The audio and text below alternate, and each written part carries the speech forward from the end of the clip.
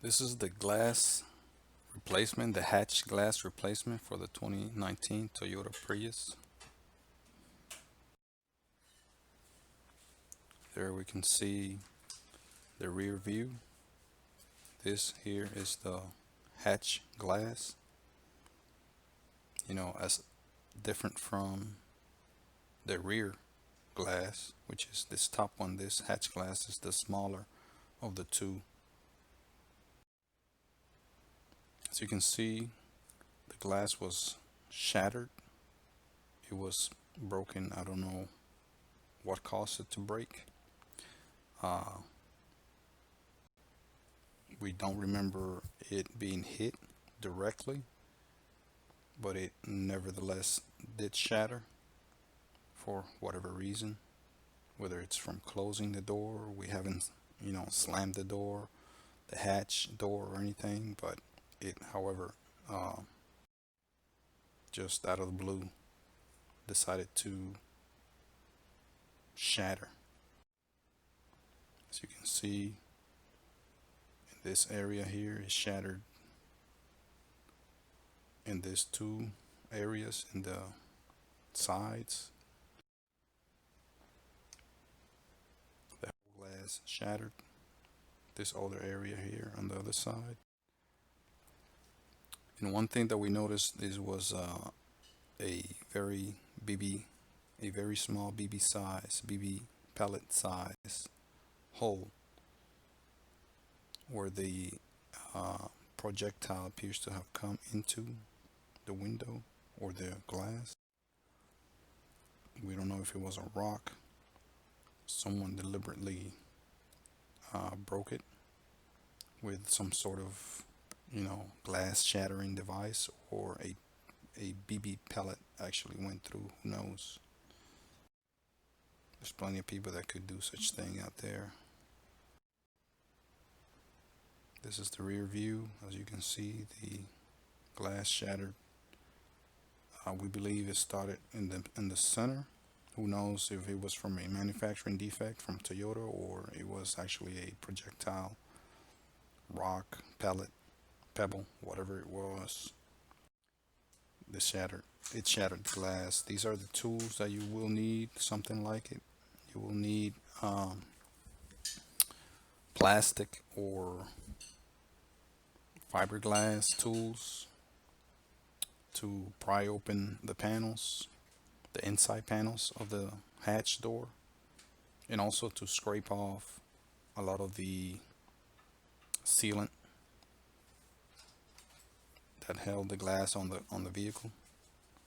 You use these edges here to scrape off some of that sealant, most of the sealant, and you use these sides of the tools to pry open many of the paneling, like this one here. That's the first. As you open the hatch door, the first part of the panel you have to remove, pry open each end, and then carefully pry open the rest. Make sure you pry things open with panels. Make sure you pry the panels applying equal pressure. A panel just by pulling on one side or one corner alone, you might break it. You might break not only the panel but also the fasteners that come with it. That's the first panel that comes off. These right here are the fasteners that hold the panel in the vehicle. Make sure you pull those straight out and not in any angle, because they may break. These side panels are the second ones you want to remove. These two, they're L-shaped or J-shaped panels. Again, they have the fasteners. This one has three. Make sure you pull them straight out. This part right here you want to remove before removing this next panel. This little cover here, you don't have to remove it. I removed it just to show the panel. This one here has several of those fasteners. This one came off. It's still in the vehicle, but you can take them off of the vehicle and slide them in here again. This is the handle that you want to remove. And the last panel that you want to remove is this one in the middle. You have to pry on each end and then pull the panel, go around pulling on it gently and evenly until it comes off. That's the panel off, backside. And that is what the door looks like without paneling. You have to remove the panels, but because you have to remove these nuts right here, 5 of them. The reason you remove those nuts is to remove this, the rear, the wing in the rear of the vehicle. You have to remove that to access that glass, to remove and install the broken glass. This panel right here, which is, the wing that has the light, the rear light on top, has to be removed by, again, removing these nuts right here, 5 of them. Make sure you disconnect the electrical connections right here, and on the other side, this electrical connection here.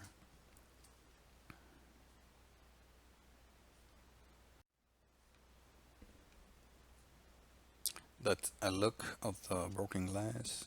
That wing, again, that's the one that needs to be removed by taking those nuts off.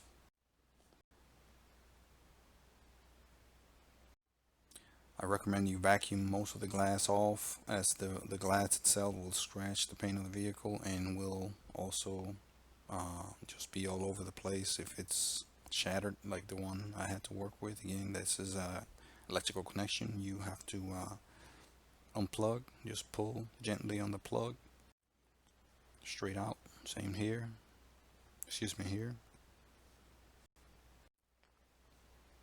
And again, that middle connection, make sure you take that off. These are the 5 nuts that allow you to remove the top wing. Here is the wing being removed.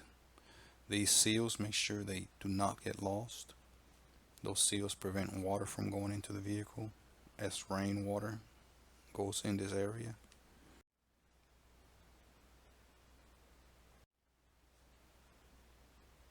And then there it shows the wing being removed. These 2 pieces right here, a left and a right piece, are part of the glass.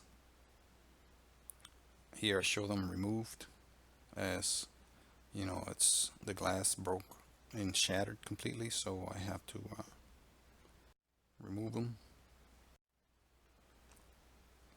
And I will shortly show you the location for those 2 pieces.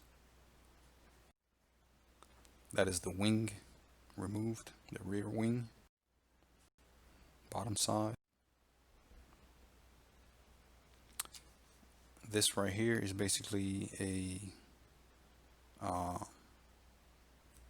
it's like a push pin that's on each side of the glass, 2 of them, one on each side, left and right. The push pins are here and here, left and right. Make sure you remove that from the broken glass. You will need that for the new glass.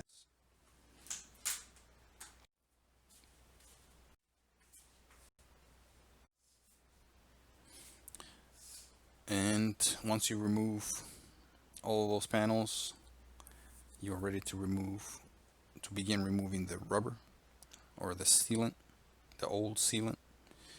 And you do that by cutting into the rubber or sealant, and with a scraping tool, a plastic or fiberglass scraping tool, begin to slice away at it. You can use a sliding action or a shoving action, pushing action, whatever works for you. I decided to use a more or less sliding or sawing action as I went cutting the rubber out as much as possible. You may not be able to get down to the metal or to the paint. You may just be able to, just cut as much rubber as possible, but there will be some um, rubber or sealant left in the vehicle, most likely, unless you use other tools, grinders and stuff like that, which I don't recommend unless you're going to repaint the surfaces. Here's how it may look as you remove that sealant, and gently go around without, or trying not to scratch or scrape too much of the surrounding paint, like these glass pieces. Make sure you vacuum those out because they will scratch your paint as you work out and cut out all the remainder old sealant. On the bottom side, the sealant uh, has two parts. It has the sealant part, and then it has a seal that goes down this right here. That seal goes the whole length of the glass. Make sure you do not cut it and separate, and you make sure you do separate it from this rubber. It should come out in two pieces like that. And once you remove that seal, make sure you take the glass off. You can, you wear gloves. Make sure you wear gloves throughout the whole process. That glass will cut into your skin, and then you carefully could just pull out those pieces of glass. They shouldn't be stuck too hard to the rubber. There it shows the glass being removed from the seal. Whole process may take you some time, a few hours, so you have to ensure you have both the time and the weather to do this job, or unless you are doing it indoors.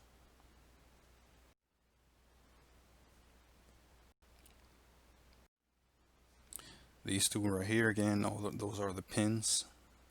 The one here has been already removed, one on each side. Those pins, you have to remove the glass from them and install them on the other glass.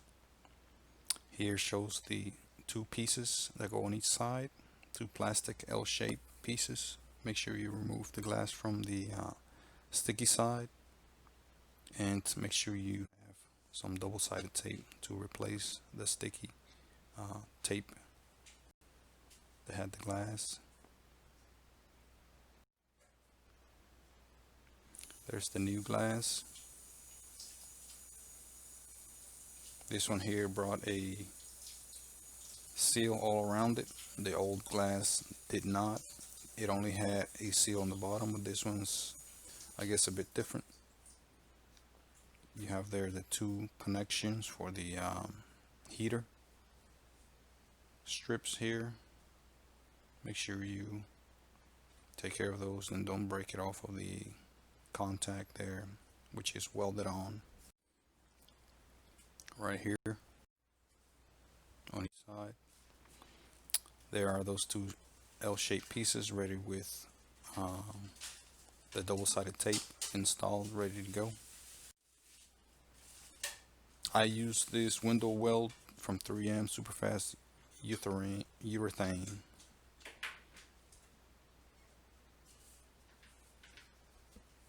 It seems to be one of the best out there to use. Make sure you cut your dispensing top cap in a cone shape, a pyramid shape. That way you can control the height of the bead coming out. In this case, I put about a 3/8 of an inch height on the V-shape cut.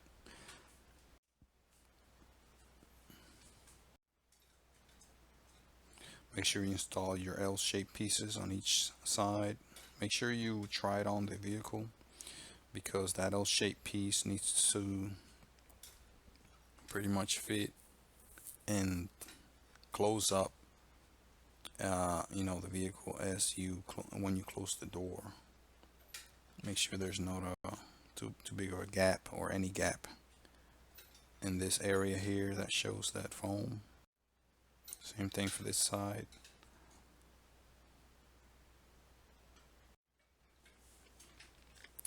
Make sure you put glue or masking tape around the areas where you may not want some of that sealant to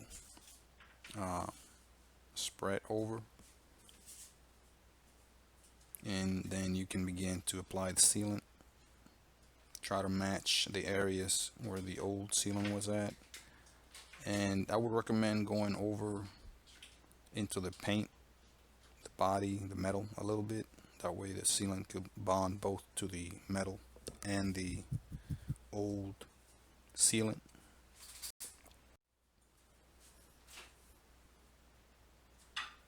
All around, make sure the height is going to be enough to where the glass is going to make contact with the sealant all around.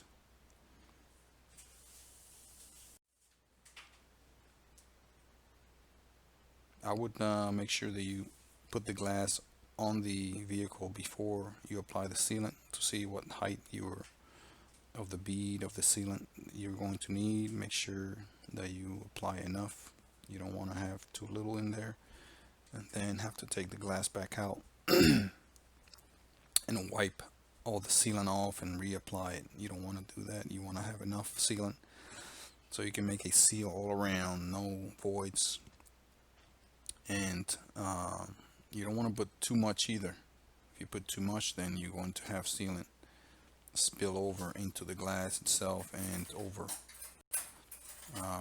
parts where sealant needs not to be. Again, I'm showing here, going around,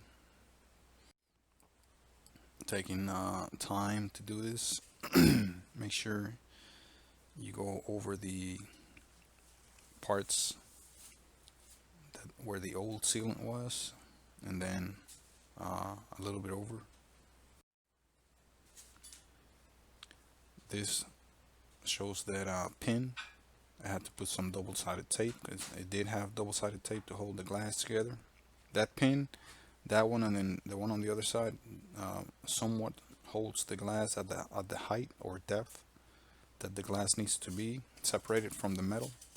So make sure you do put that on. That will help you determine the height or the depth of the bead of sealant.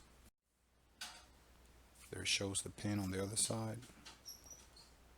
I believe the white, there's a white and a green. The white goes on the right side, green on the left. There's the green pin. That shows a view of the whole area with sealant.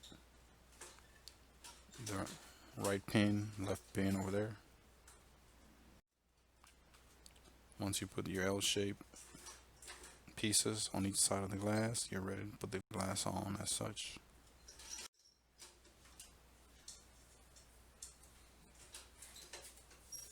Be careful not to smear the sealant and go in straight.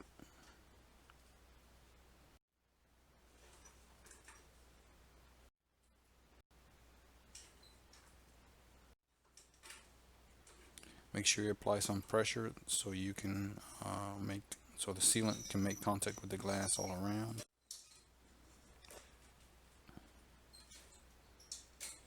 And the push pins should stick the double-sided tape. Of course, make sure you take the film off of the double-sided tape so it can stick to the glass on both sides. And this should leave enough gap for the sealant to make contact all around.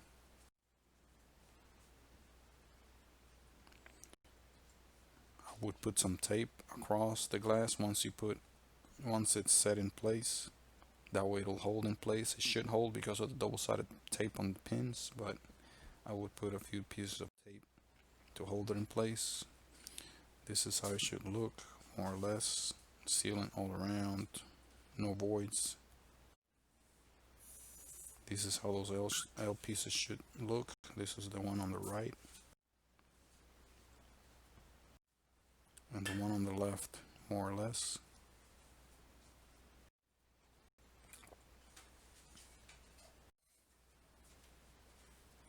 This is a quick look from the inside. Make sure you make your connections.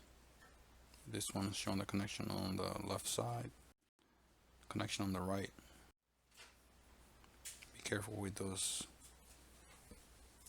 soldered connections, they may come off.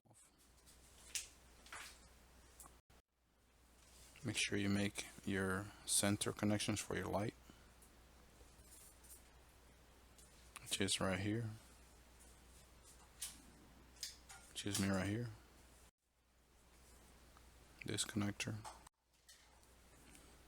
Make sure you put your 5 nuts back on and snug them tight. Not too tight, but tight enough so that wing won't be flapping or moving around.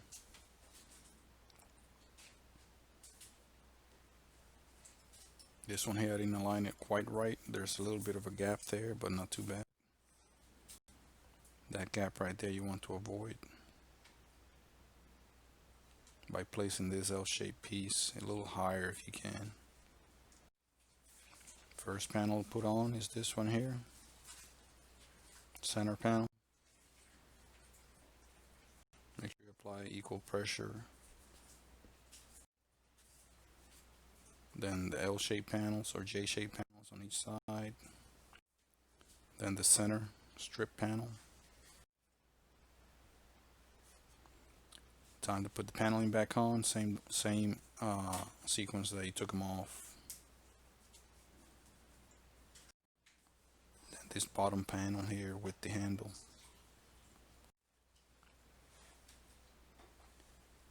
I would give it about 24 hours to dry for the sealant to completely cure, and then remove all the tape you may have put on, the masking tape.